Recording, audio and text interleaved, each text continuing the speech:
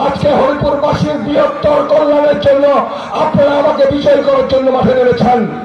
আপনার বিপদের দিনে আমার নিজের শরীরের রক্ত দিয়ে হলেও যদি আপনার পাশে রাখতে হয়, রক্ত দিয়ে হলেও আপনার ঋণ শোধ করার চেষ্টা করবো ইনশাআল্লাহ।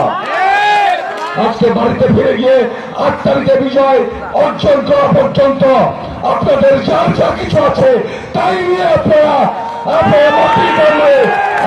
নির্বাচনে মোটরসাইকেল মার্কাকে জয়যুক্ত করার জন্য আপনারা শেষ মুহূর্ত পর্যন্ত আপনারা কাজ করে যাবেন ইনশাআল্লাহ।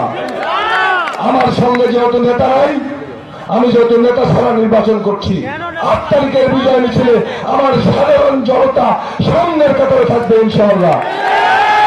আমার আগামী উপজেলা পরিষদে সাধারণ জনগণের কাজ আগে পাওয়া হবে ইনশাআল্লাহ। নেতাকে বলবো আমার জনগণ